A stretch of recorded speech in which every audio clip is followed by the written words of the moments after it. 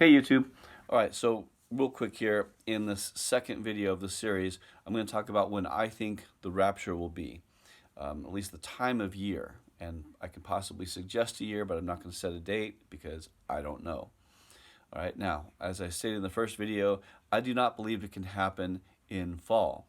If you look at Song of Solomon chapter 2, which appears to be a picture of the rapture, it happens in late spring or early summer.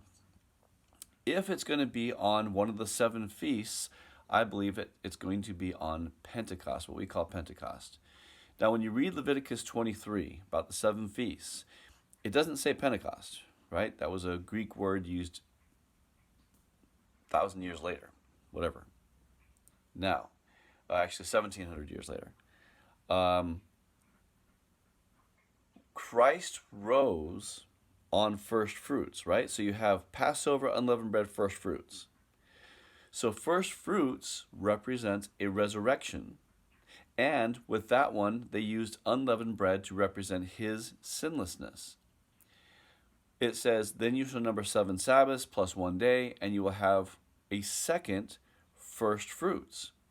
If the first fruits represents a resurrection, the second first fruits, what we call Pentecost, should be a resurrection.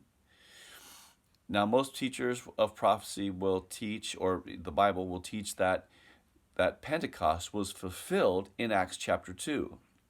I don't think that was the case because if you read it, there was no resurrection. Okay, it says the church began that day, but there wasn't a resurrection. I believe that Pentecost opened on that day and has remained open and closes with the rapture.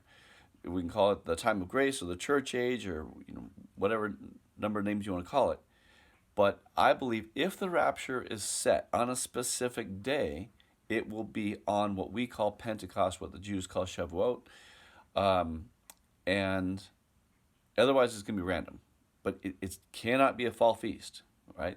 So I always look to Pentecost for the rapture every year, and I think 2023 is a very, very good candidate, and I'll get into that in future videos. Thank you.